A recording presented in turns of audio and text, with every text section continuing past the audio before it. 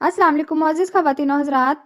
आज का हमारा 12वां मौजू है बुर्ज हौत, हफ्ता 24 फरवरी तक यकम मार्च 2020। आपका हाकिम सारा मुश्तरी मौजूदा हफ्ते में ज़ायचा के 11वें घर में मौजूद रहते हुए आपके हल्का अहबाब में मुखलिस दोस्त अहबाब की शमूलियत को यकीनी बना सकेगा, जिससे आपकी सियासी और समाजी पोजीशन में नुमाया तौर पर इजाफा हो सकेगा, जबकि मुखलिस अहबाब का ताउन हासिल होने से अपनी ख्वाहिशात की तकमील कर सकेंगे। इसके अलावा मौजूदा कारोबार और करियर में बेहतरी लाने का सबब भी बन सकेगा।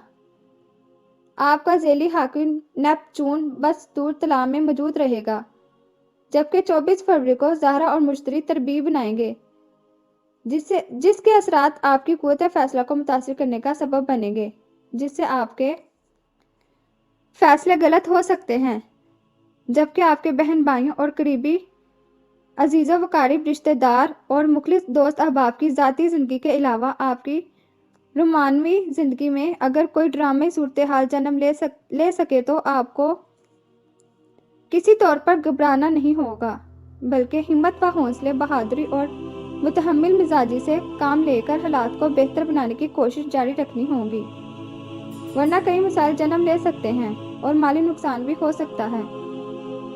जबकि आपको अपने मामूलात जारी रखने और फ़राइज़ की अदायगी में मुश्किलात का सामना हो सकता है।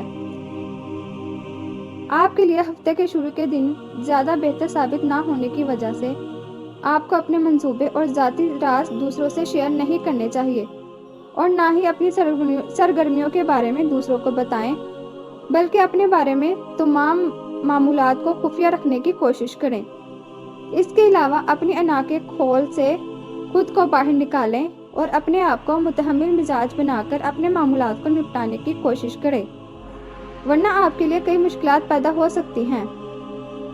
बच्चों के इख्तिलाफात अपने वालिदैन के साथ पैदा हो सकते हैं, जबकि आपको ये सब काम खुद से ही तरतीब देना होंगे। इसके बाद बेहतर वक्त सामने आने से हालात में बेहतरी के इम्कानात रोशन नजर आएंगे। आप अपना कीमती वक्त अपने ज़रूरी कामों की तकमील में खर्च कर सकेंगे। आप दूसरों की आंख के इशारे को भी समझ सकते हैं। इस सलाहियत से फ़ायदा उठाकर ना सिर्फ दूसरों के साथ हम आहंगी पैदा कर लेंगे, बल्कि अपने दफ्तर में कोई नया काम भी कर सकेंगे। आपको नई सरमायाकारी करने के मौके बिसर ना आ सकेंगे, लेकिन आप जो भी काम करेंगे वो आपके ज़हनी सुकून का सबब बन सकेंगे। आपका ज़्यादातर वक्त रोज़ाना के मामूलात की अदायगी में ही गुजर जाएगा।